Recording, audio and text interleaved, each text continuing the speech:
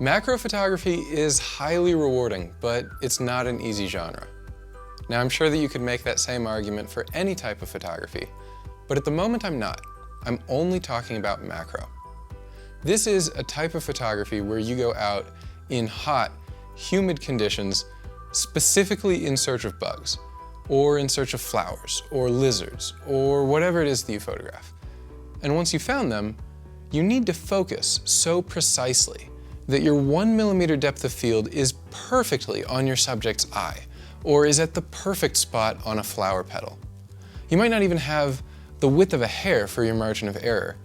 And on top of that, you're magnifying your subject so much that you magnify camera shake as well. So clearly, picking the right camera settings is not easy. And I'll explain what all of these different considerations are in a minute, but first, let's start with some basic terminology.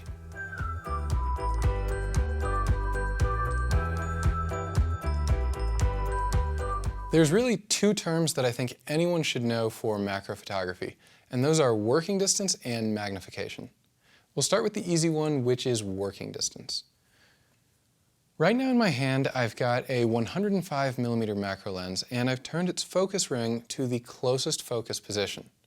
When I do that, the subject that's in focus is about this far away from the lens. Now, the working distance is the physical distance between the front of the lens and the subject. Now, if you've got a longer macro lens, something like a 200mm, then you can stand farther from your subject while keeping it the same size in your photo. This means that you've got a bigger working distance. However, keep in mind that working distance also depends on the actual length of the lens that you're using, not focal length, but the lens's physical construction. The easiest example is if you put a lens hood on this lens, you obviously haven't changed the focal length, but you did reduce your working distance. So for macro photography, you'll almost always want a large working distance. It's why I recommend a 100mm macro lens or longer to most photographers. Otherwise, you just get too close to your subject and you might scare it away or even just block the light. All right, term number two is magnification. And this has to do with how big your subject is on your camera sensor versus how big the subject is in the real world. And the simplest case is when you're at 1:1 magnification.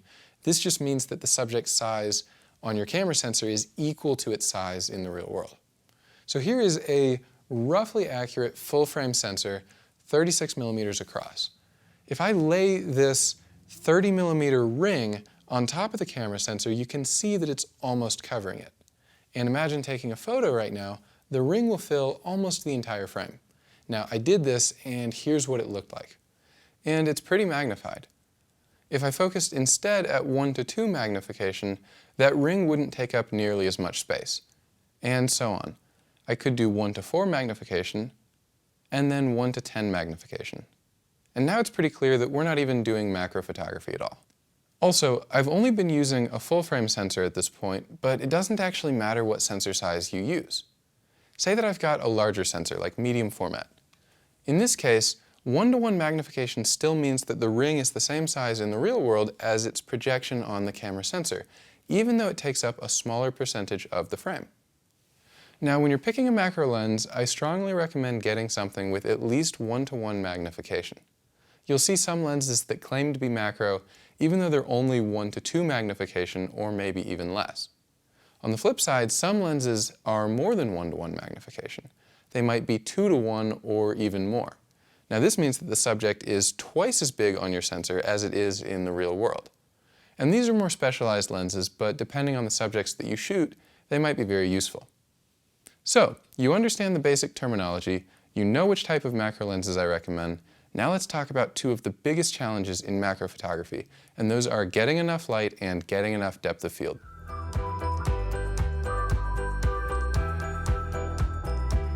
Going into macro photography, it's important to know that higher magnification decreases your depth of field. There's no way around it. If you're at 1:1, only a small part of your subject will be completely sharp and the rest will be out of focus. So what do you do about it? Well, the simplest answer is don't use super high magnifications, but that's also a really bad answer. There's tons of amazing subjects that are so small that you need to shoot at 1:1 magnification in order to capture them properly. But there is still a bit of truth in that statement. If you're just starting out in macro photography, it will be easier if you work with slightly larger subjects, something like dragonflies or flowers. You can actually photograph them in much the same way that you would shoot a regular non-macro photo. Now you might still have some depth of field issues, but they won't be nearly as bad. But what about when you do want to shoot at 1:1? Well, in that case, my recommendation is to use a really narrow aperture. I tend to shoot my macro photos at f/16 or f/22, and that basically solves the depth of field problem. But it creates some other problems too. Most importantly, you cut down on a tremendous amount of light at these apertures. Now add that to the fact that you're already very close to your subject, so you're blocking a lot of natural light, and chances are you're shooting at fast shutter speeds to minimize camera shake, which darkens your photos even more. So, to get bright enough photos, there are a few solutions. Option 1 is just to use a wide aperture instead of a narrow one, and then deal with the fact that your depth of field will be almost invisible. This can actually work really well if your goal is a photo that's mostly out of focus blur. For example, I took this photo focused at 1:1 with my lens's widest aperture, and I like how it looks. But that's clearly not a workable approach most of the time, because you'll often want more detail than this on your subject. Another option then is to shoot something called a focus stack. This is when you take multiple photos of the same subject, each focused slightly farther back than the one before it. Then in Photoshop or some other software, combine the sharpest part of each photo into a single image. Now the big problem with this approach is that you pretty much need to do it from a tripod and your subject can't be moving. So it's great if you're shooting in a studio, but it's often impossible in the field. Instead, the best option for a lot of photographers is to continue using a really narrow aperture, but just use a flash as well. When you have a flash that's so close to your subject, it actually outshines daylight. And that way you can shoot at even f/22 and still get a bright enough photo. But you can't solve one problem without creating another, and in this case your flash has to output very beautiful light or it's not worth it. You don't want your subject to have ugly shadows and bright, specular highlights. It just won't look good. So, to get nice light, you need to then diffuse your flash. Now you can buy a little pop-up diffuser for $10 online, and the link to the one that I recommend is below. Or you can do what I do and make your own out of cardboard and plastic. Either way, doesn't matter. The key is that you need to experiment with what looks good. Alright, now that you've got the basics of depth of field and lighting, let's talk about the specific camera settings you should use for macro photography. No generalizations. I'm going to give you exact exposure values that I recommend for different types of macro work.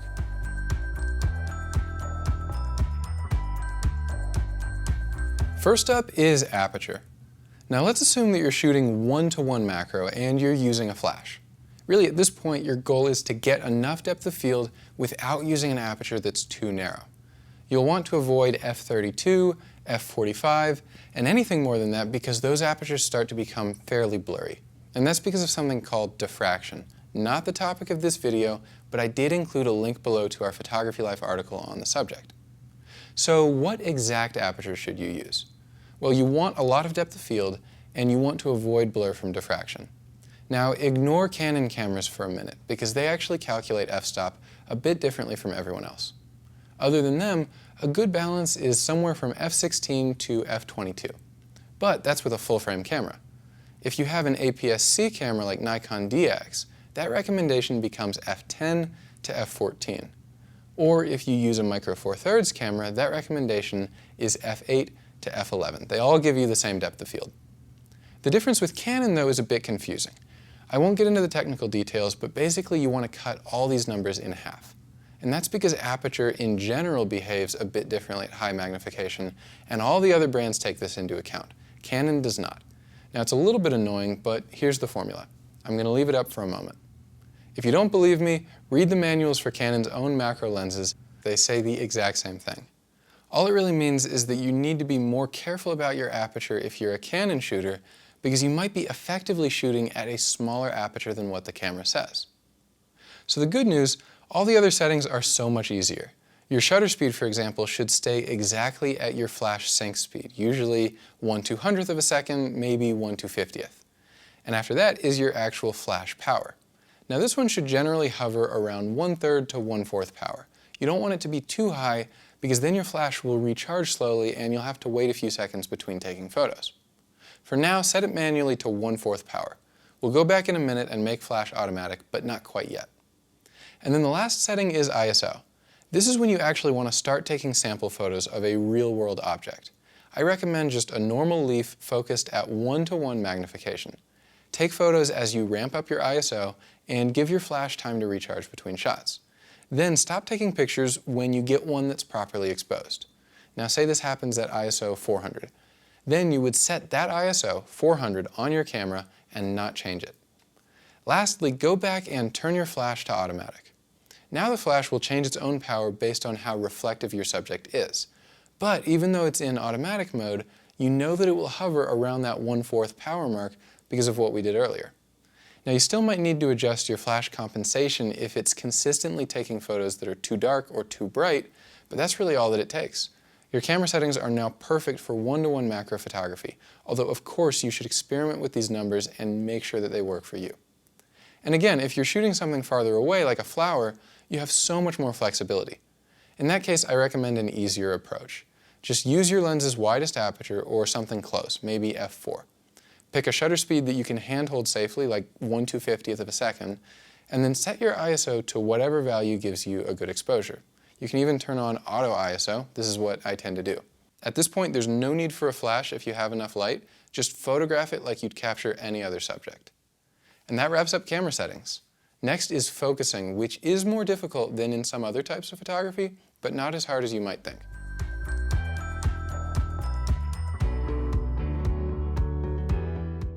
The first thing to know about focusing in macro photography is that your camera's autofocus system probably can't keep up. Again, this is only true with high magnification photography. You're probably fine if you're photographing flowers.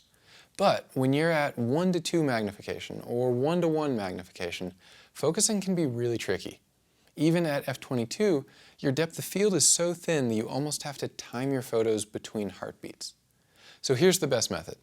Focus manually to whatever magnification you want. I usually go as far as my lens can, 1:1.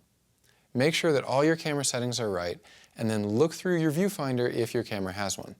Get close to your subject and start to frame your photo. Slowly rock forward and backward until the right spot on your subject is in focus. It's absolutely not a perfect method, but it's the best that I found.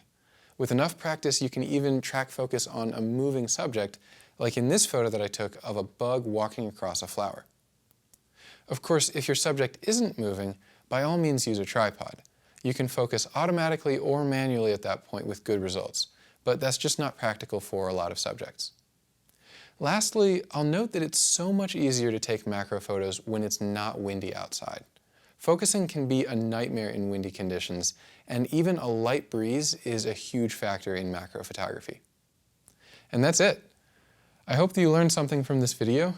Macro photography is all about practice, so go out, put these techniques to the test, take some good photos even in your own backyard. Also, just briefly, this is the first video in a weekly series that we're starting at Photography Life. Now, we've had a YouTube channel for forever, but we haven't really posted much to it, so I would appreciate your feedback. If you liked something, didn't like something, please leave a comment below. I will take it into account for future videos. And if you're excited about this new series, I hope that you subscribe. This is Spencer Cox with Photography Life, and I will see you next week.